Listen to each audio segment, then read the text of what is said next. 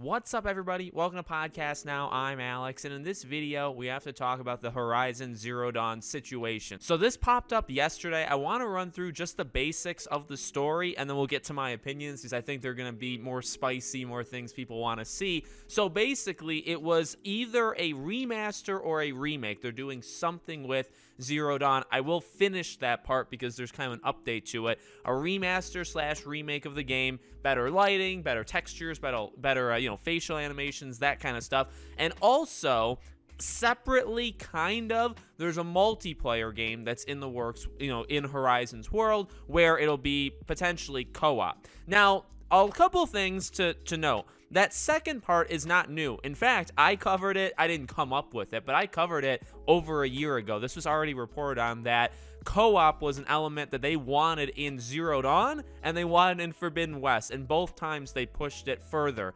And I guess the talk around Forbidden West is they talked about co-op and they said, well, we'll either do it for Horizon 3 or we'll make a spin-off multiplayer game separate and we'll have co-op in that. So that's what I imagine this is. It's a cooperative thing online. You play with maybe one other person and you fight, machines, and you go from there. You do kind of quests and all that. Now, the issue with the remaster slash remake, right, is that the game is 5 years old. Now, by the time it comes out, which people are saying it's pretty close. This is not something that's coming out 2-3 years from now. They just started. No, this is something that's in the works that probably releases next year. So in which case, it'll be 6 years after Zero Dawn came out that we would get a remaster slash remake. All right. Now, the updated part from today is that it does seem it's a remaster. It's not a remake, it's a remaster. Now, this is still all just rumors, by the way, right? I guess all of it could be fake. I definitely don't think that, though. I think it's gonna happen. It's just whether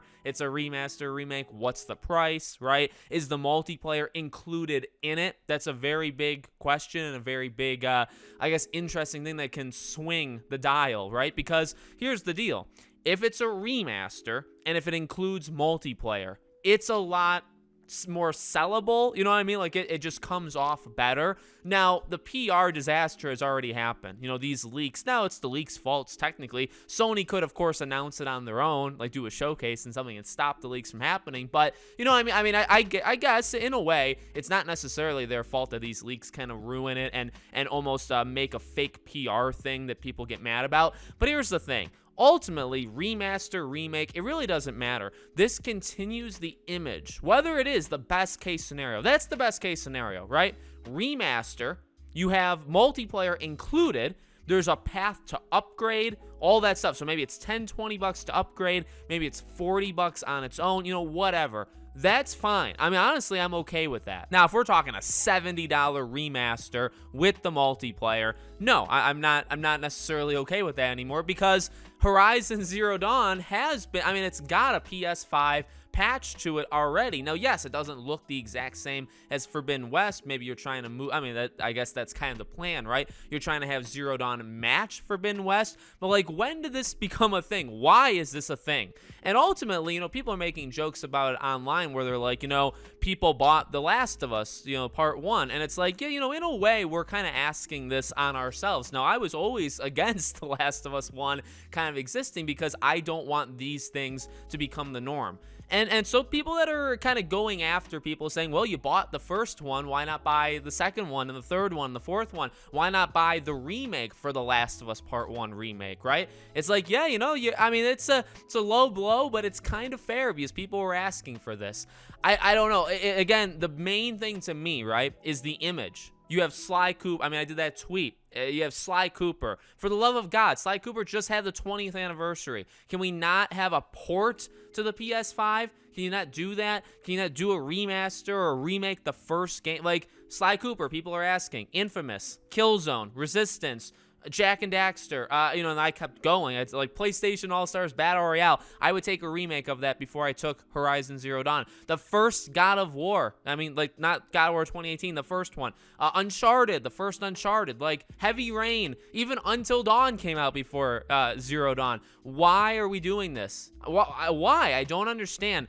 This, and people are bringing it up, right? It's this generation really lacks the most creativity so far out of the last easily since, well, no, I would actually go all the way back to the beginning. You know, PS4 definitely had more creativity. PS3 had more creativity, and I was going to say maybe PS2. No, PS2 was wild. It was the Wild West of creativity. So this is the most unoriginal generation we've ever been in. For some reason, they think that we want five-year-old games, you know, remastered and not new ones. And that's, you know, again, that's the thing I said for The Last of Us. Is there anything necessarily wrong with bringing The Last of Us, a 9-year-old game, and making it like The Last of Us Part 2?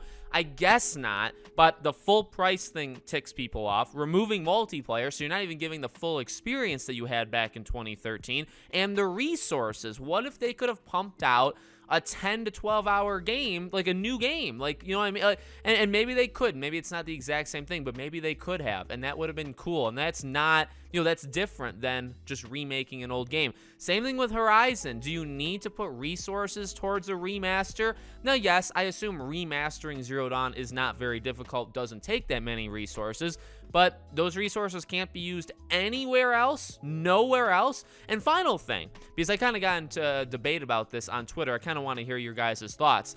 I have a question.